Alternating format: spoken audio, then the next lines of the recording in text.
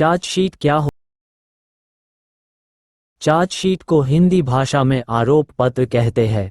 Chargesheet police के द्वारा तैयार की गई एक रिपोर्ट होती है जिसके द्वारा अभियुक्त, जिस पर मुकदमा चलाया गया हो, को कोर्ट के सामने विचारण ट्रायल के लिए पेश किया जाता है।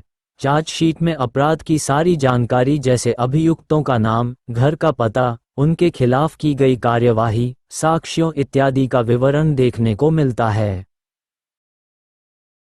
पुलिस द्वारा दाखिल की जाने वाली चार्जशीट दंड प्रक्रिया संहिता 1973 की धारा 170 के अनुसार कोर्ट में पेश की जाती है। चार्जशीट कोर्ट में पेश होने के बाद ही कोर्ट द्वारा केस का ट्रायल शुरू किया जाता है। चार्जशीट को कानूनी भाषा में चालान भी कहा जाता है। चार्जशीट कब दाखिल होती है? जब भी कोई व्यक्ति पुलिस स्टेशन में किसी अन्य व्यक्ति के खिलाफ प्राथमिकी दर्ज करवाता है, उसके बाद पुलिस के द्वारा उस मामले की जांच के लिए जांच अधिकारी इन्वेस्टिगेशन ऑफिसर (IO) नियुक्त किया जाता है, जिसके द्वारा जांच के दौरान उस मामले से जुड़े सभी सबूत इकट्ठे किए जाते हैं, जिसके बाद फैसला लिया जाता है कि केस आगे चलने लायक है या नहीं। यदि केस आगे चलने योग्य होता है तो पुलिस कोर्ट के समक्ष अभियुक्त की चार्जशीट प्रस्तुत की जाती है। दंड प्रक्रिया संहिता की धारा 173 के तहत पुलिस द्वारा कोर्ट के सामने चालान पेश किया जाता है। पुलिस चार्जशीट और FIR में अंतर। FIR प्रथम सूचना रिपोर्ट। जी हाँ दोस्तों, फ को हिंदी में इसी शब्द FIR से ही परिभाषित किया जाता है। जब भी कोई व्यक्ति किसी के खिलाफ किसी अपराध की शिकायत दर्ज करवाता है तो उसे FIR कहा जाता है। चार्जशीट जिसे हिंदी में आरोप पत्र कहा जाता है, फ दर्ज होने के बाद पुलिस के जांच अधिकारी द्वारा उस मामले से जुड़ी सभी जांच पूरी करने के बाद अभियुक्त की चार्जशीट न्यायालय के सामने ट्रायल के लिए प्रस्तुत की जाती है। चार्जशीट कितने दिनों में दाखिल हो? पुलिस को चार्जशीट दाखिल करने के लिए 90 या 60 दिनों का एक निर्धारित समय दिया जाता है। कुछ मामलों में ये देखा जाता है कि पुलिस जानबूझकर किसी आरोपी की चार्जशीट समय पर दाखिल नहीं करती, क्योंकि चार्जशीट दाखिल होने के बाद ही न्यायालय आरोपी की जमानत पर विचार करती है। इसलिए पुलिस कभी कभी आरोपी की जमानत को रोकने के लिए भी ऐसा करती थी। 90 दिनों में चार्जशीट दाखिल न होना पर क्या हो? यदि पुलिस 90 दिनों के अंदर चार्जशीट को कोर्ट में दाखिल नहीं कर पाती तो आरोपी को कोर्ट से जमानत मिल सकती है।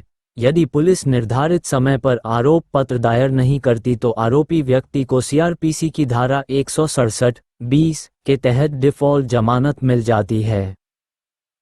चार्जशीट पेश होने के बाद क्या होता है?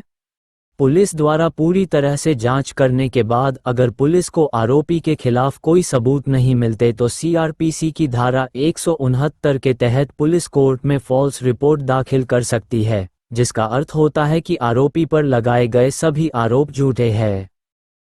लेकिन अगर पुलिस को अपनी जांच के दौरान आरोपी के खिलाफ उपयुक्त सबूत मिल जाते हैं तो पुलिस द्वारा CRPC की धारा 173 के तहत न्यायालय के सामने आरोप पत्र दाखिल कर दिया जाता है, जिसके बाद कोर्ट द्वारा आरोपी व्यक्ति के पास सम्मन भेजा जाता है।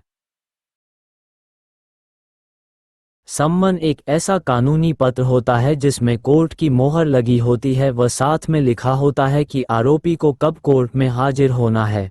कोर्ट से सम्मन मिलने के बाद आरोपी न्यायालय में जाता है, जहां वो अपने केस के लिए वकील करता है।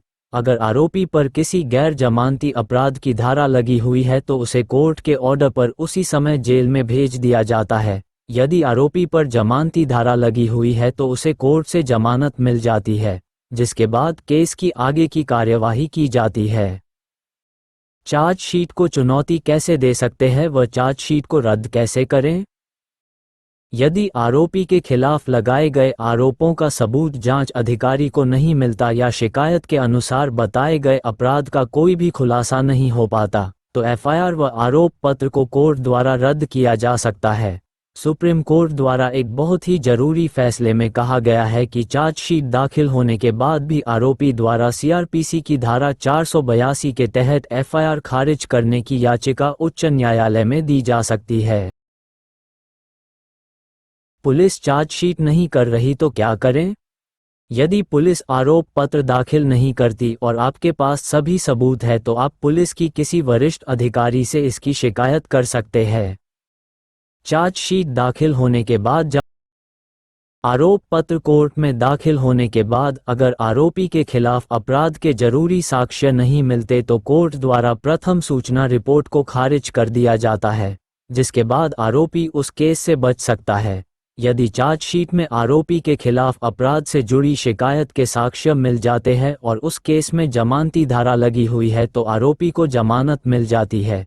यदि गैर जमानती धारा लगी हुई है तो उसका फैसला कोर्ट द्वारा विचारणीय होता है, जिसमें जमानत का मिलना आसान नहीं होता। एक मामले में हाई कोर्ट द्वारा कहा गया है कि चार्जशीट दाखिल होने के बाद भी आरोपी की अग्रिम जमानत को बरकरार रखा जा सकता है। नोट: यदि आप अग्रिम जमानत के बारे में विस्तार से जानना चाहते हैं तो आप हमारे अग्रिम जमानत वाले लेख को भी पढ़ सकते हैं। फाइनल रिपोर्ट क्या होती है?